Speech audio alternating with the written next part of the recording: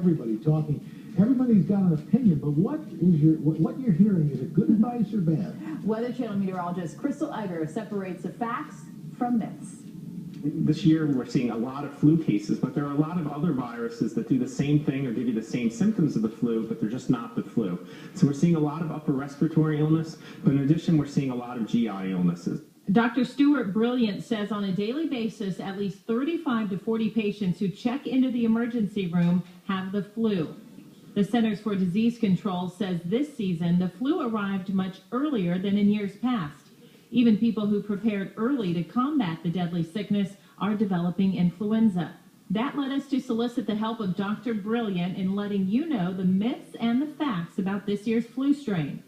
Does the flu shot work? This year, around 60 to 65% of people are being covered by the flu vaccine. Well, some people say the flu shot gives you the flu.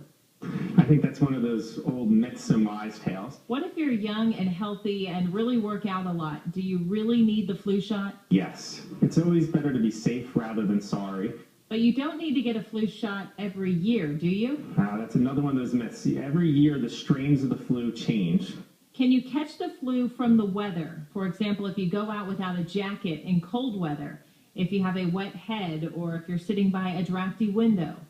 Now that is a myth. Dr. Brilliant adds, Tamiflu is prescribed for confirmed flu patients who have had symptoms for less than 48 hours, especially children, seniors, or others with weakened immune systems. Viruses live inside of your cells, so antibiotics don't typically work. Bacteria live outside of your cells, and antibiotics do work. All right, well, let's check the national flu map.